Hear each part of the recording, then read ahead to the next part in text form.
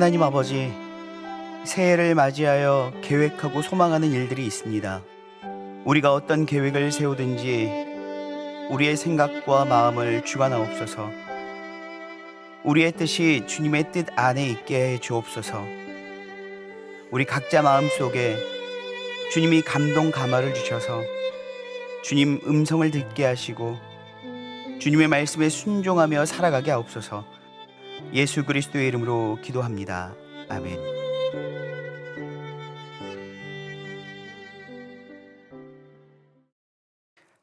찬송가 38장 찬송하시겠습니다.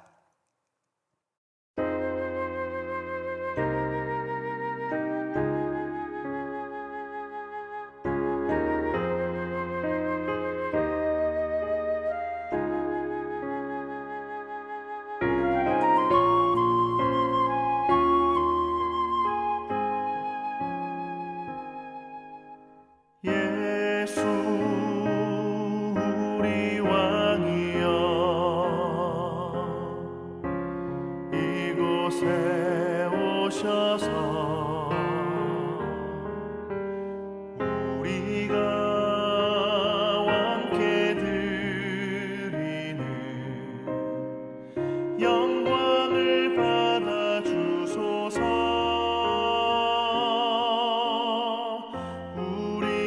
주님의 백성 주님은 우리 왕이라 왕이신 예수님 오셔서 좌정하사 다스리소서.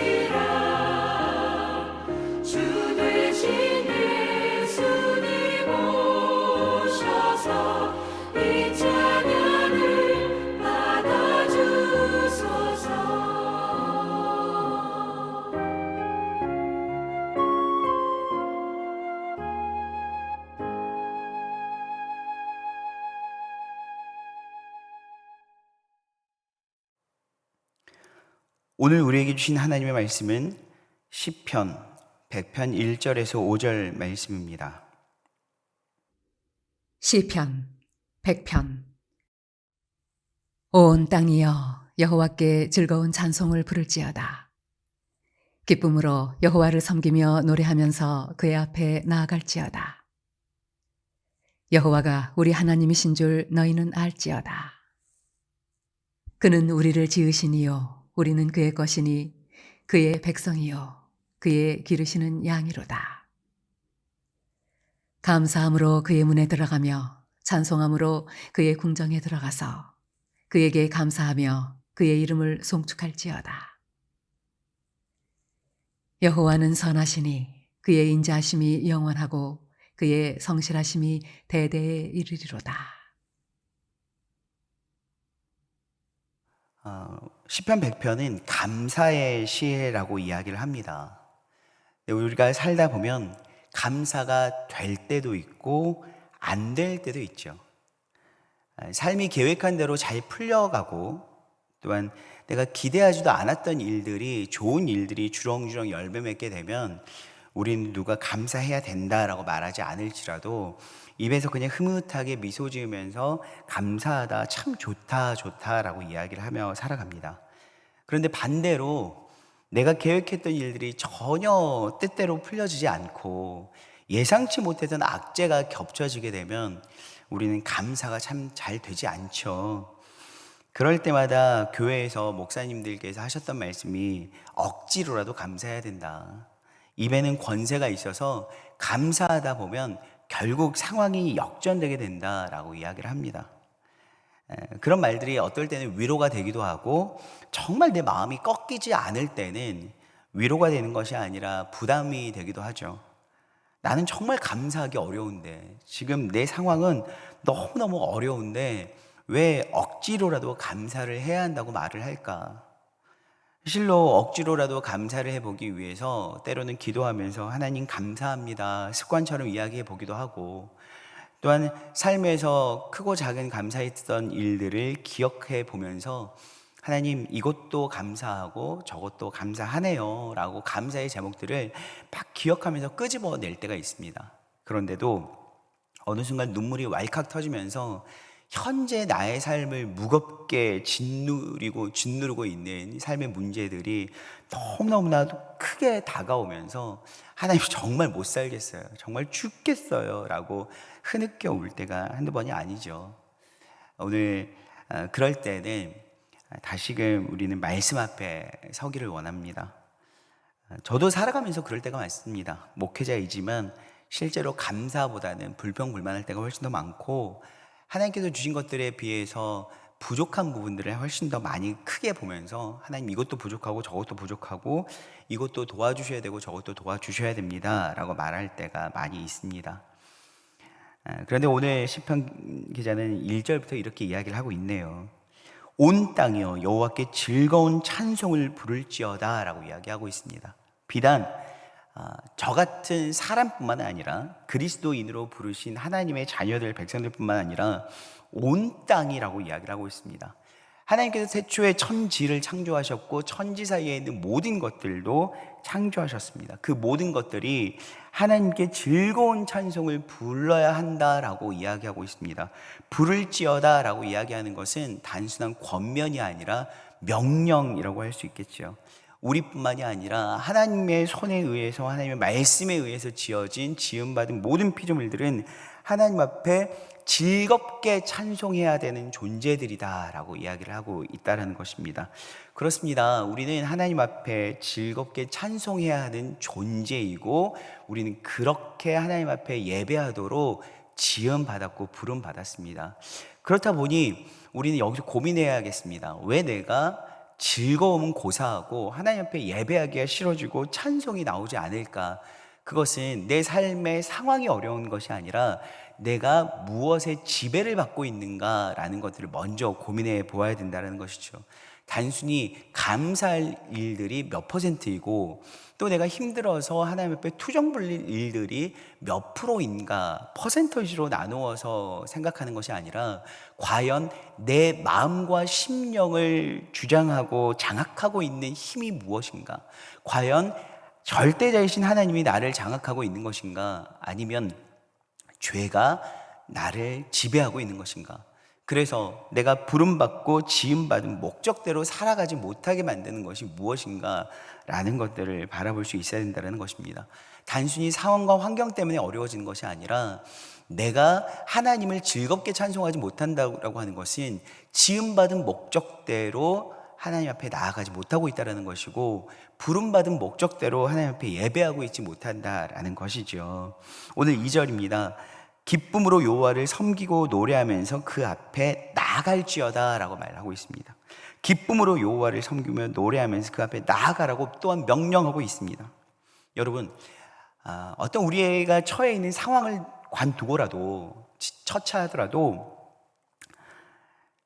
우리가 주일날 예배하러 나올 때, 오늘도 예배가 있습니다만 예배하러 나올 때요, 즐거움으로만 오시는 분들이 몇이나 될까요?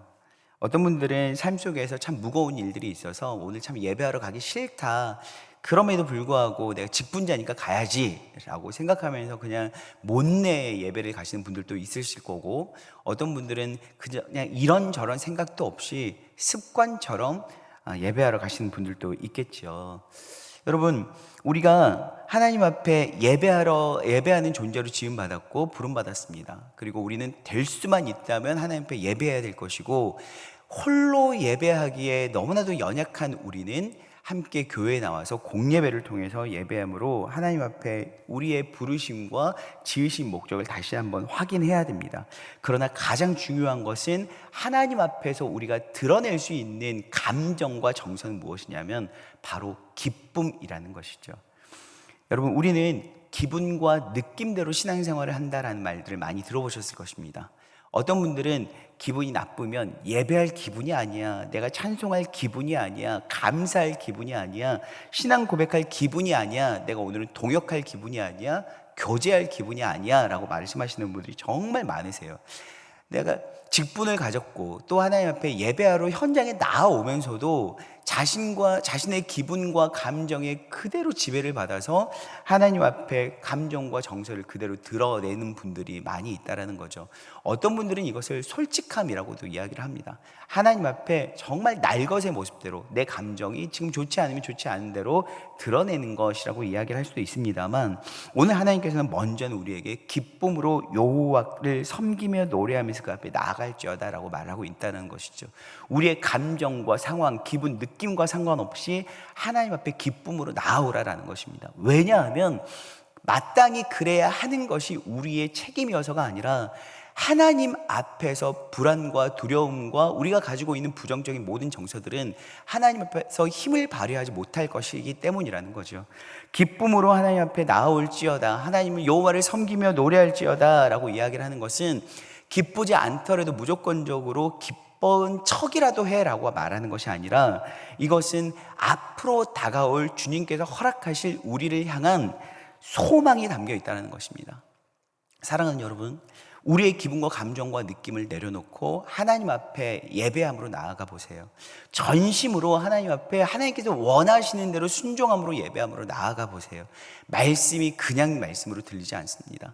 하나님의 말씀, 사람의 말조차도 목회자의 말이 하나님의 말처럼 들릴 수가 있어요.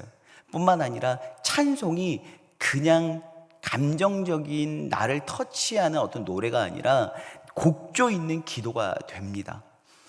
신앙의 선배들이 이야기했던 것처럼 하나님의 말씀, 곡조 있는 기도, 성령의 충만함, 이 모든 것들이 내 것이 된다는 것이죠.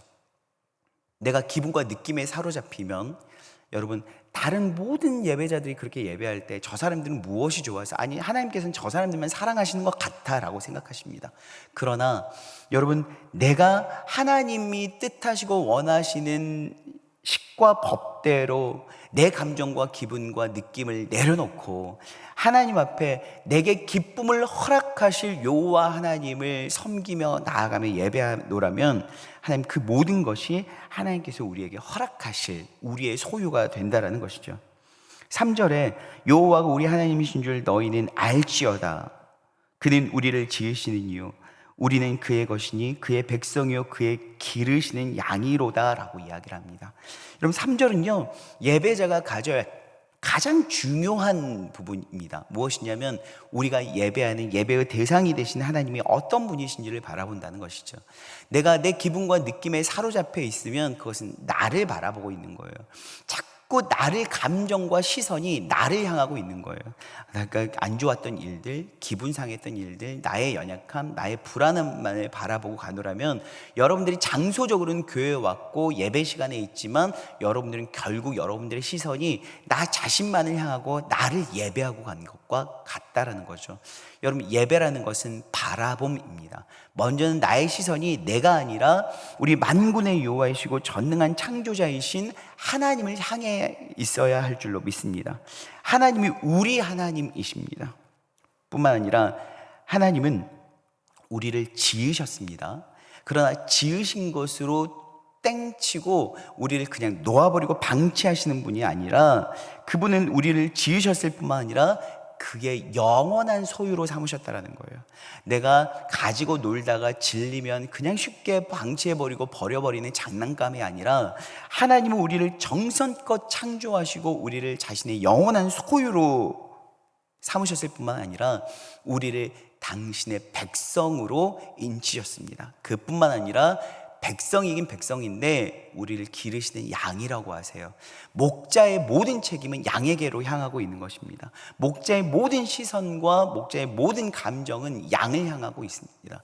양이 제대로 되지 않잖아요. 양이 연약해지고 양이 병들고 양이 시름시름 앓다가 죽어가면 그것은 목자의 문제인 거예요. 하나님께서는 자신을 목자라고 말씀하시면서 우리를 기르시는 양이라고 말씀하고 계십니다. 여러분, 하나님께서 우리를 기르신다고 합니다. 지으셨을 뿐만 아니라 소유하셨을 뿐만 아니라 그를 백성으로, 우리를 당신의 백성으로 삼으셨을 뿐만 아니라 우리를 끊임없이 돌보시는 양이라고 말씀하고 계십니다.